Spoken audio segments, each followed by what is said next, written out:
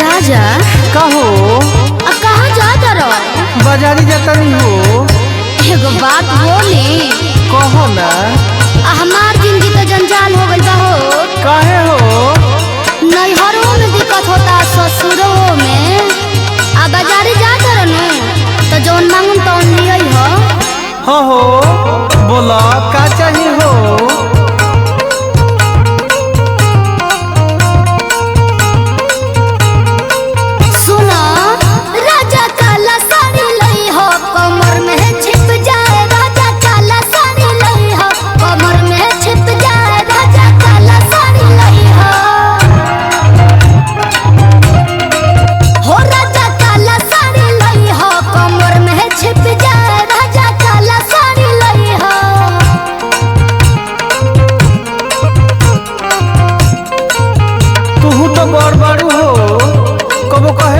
Lipstick लिया बो अभी कहत कि करिया साड़ी लिया बो। नैहर ससुर तो जरते बा हो। तू जरत रहा ओई जरन तो हमरा भौजी से ना देखल जाते। आई जबान का तहरा भौजी के नहीं के देखल जात। का भइल हो अपन वृतांत बताबो।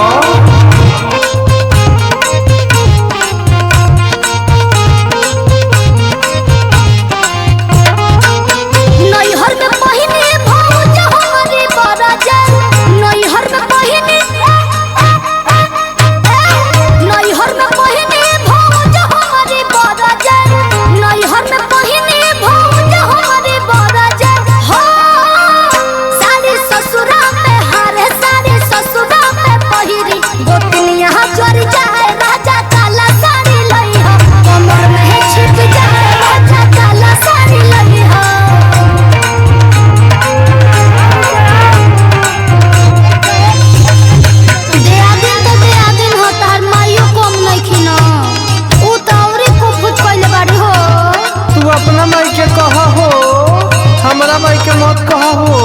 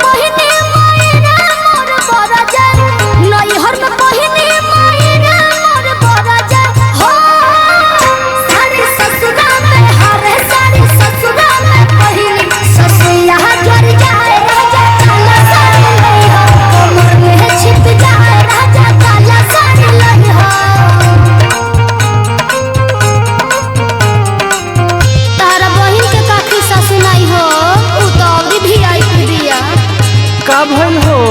ओने हमार बहन मुंह चमका के लड़त रहे, आइने तहार बहन थपरी बजा के लड़तिया हो। हमार बछिया जाए दो।